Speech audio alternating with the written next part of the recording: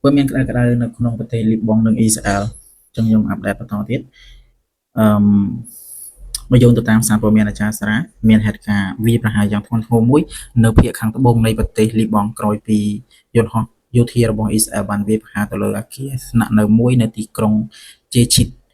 តាមប្រភពព័ត៌មានការវាយប្រហារនេះបានសម្លាប់សមាជិកគ្រួសារ5នាក់ដែលរស់នៅក្នុងអគារតែមួយគ្រួសារស្ថានភាពនៅកន្លែងកើតហេតុ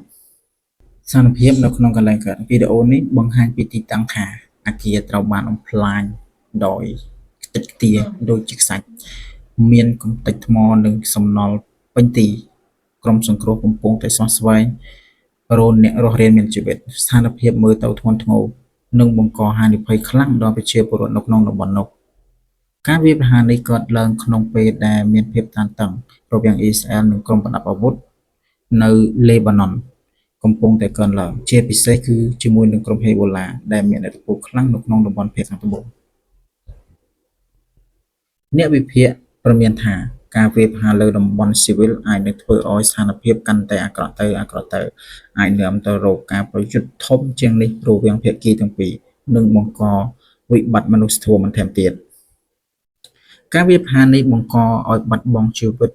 យ៉ាងធ្ងន់ធ្ងរបង្ហាញពីស្ថានភាពនៅក្នុងតំបន់នោះនៅតែគ្មានស្ថិរភាពហើយអាចបន្តកើនឡើងប្រសិនបើមិនមានការចរចាបងប្អូនមកចង់ស្ដាប់ព័ត៌មានអន្តរជាតិតទៀតជួយ Subscribe មួយផង